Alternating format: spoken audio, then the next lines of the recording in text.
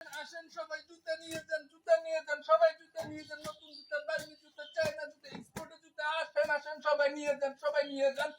এই জুতা লাগবে কার, জুতা লাগবে কার, জুতা লাগবে কার, একেবারে সেলি পাচ্ছে না স্যার। জুতা জুতা জুতা, আসুন জুতা জুতা জুতা নিয়ে যান, সবাই জুতা নিয়ে যান। এবার যান ভাই, কাস্টমার সাজিয়ে দেন। আসেন আসেন সবাই চলে আসেন, সবাই চলে আসেন। জুতা জুতা জুতা,